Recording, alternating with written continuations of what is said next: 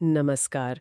आज हम प्रभात सिंह के पॉडकास्ट हर सुबह को सफल कैसे बनाएं पर थोड़ी गहराई से बात करेंगे। इसका मकसद है सुबह को बेहतर बनाने के कुछ प्रैक्टिकल तरीके खोजना। तो चलिए देखते हैं इसमें क्या है। जरूर। शुरुआत एक बहुत ही बुनियादी विचार से होती है कि जैसी सुबह होगी वैसा ही सारा दिन बीतेगा। मतलब सुबह के कुछ घंटे बहुत मायने रखते हैं, है ना? बिल्कुल। ये सिर्फ कहने की बात नहीं है, एक तरह से ये पूरे दिन का मूड या कहिए मनोवैज्ञानिक लय सेट करने जैसा है। अगर सुबह कंट्रोल में शुरू होती है तो अक्सर बाकी दिन भी ज्यादा व्यवस्थित महसूस होता है। तो पहला सुझाव क्या है इसमें? सुबह जल्दी उठना, मतलब 5 बजे या शायद सूरज उगने से भी पहले। स्रोत में सुभाष चंद्र बोस और विवेकानंद जैसे लोगों का जिक्र है।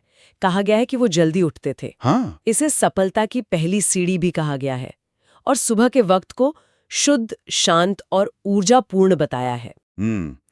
दिलचस्प बात यह है कि यहाँ सिर्फ ज्यादा घंटे मिलने की बात नहीं है। ये जो शुद्धता और शांति की बात हो रही है वो शायद इसलिए क्योंकि सुबह के समय बाहरी शोर कम होता है, डिजिटल डिस्टर्बेंस कम होता है। सही बात है।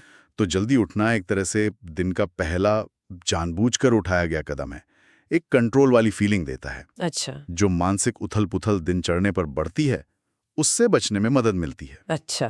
तो ये जो शांत समय मिला, इसका करें क्या? अगला कदम है मानसिक तैयारी पर ध्यान देना। जैसे 10-15 मिनट चुपचाप बैठना, ध्यान करना या शायद प्रार्थना। जी। कहा गया है कि इससे इंसान अंदर से मजबूत बनता है, मन को फोकस मिलता है और नकारात्मकता कम होती है। एक लाइन मुझे अच्छी लगी, सुबह की शांति पूरे दिन की ऊर्जा बन जाती है। ये बहुत महत्वपूर्ण है। मतलब दिन की भागदौड़ शुरू होने से पहले मन को थोड़ा ठहराव देना। स्रोत का ये सुझाव सिर्फ अच्छा महसूस करने के लिए नहीं है, ये असल में मानसिक स्पष्टता लाने का एक तरीका है।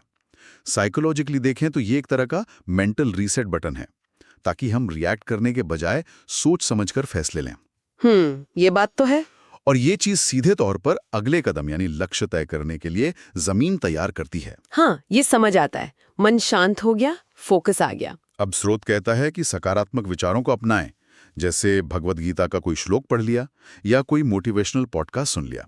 मेन आइडिया यह है कि सुबह जो आप सुनते या पढ़ते हैं वही आपके विचार बनते हैं। इसे हम चाहें तो कॉग्निटिव प्राइमिंग कह सकते हैं।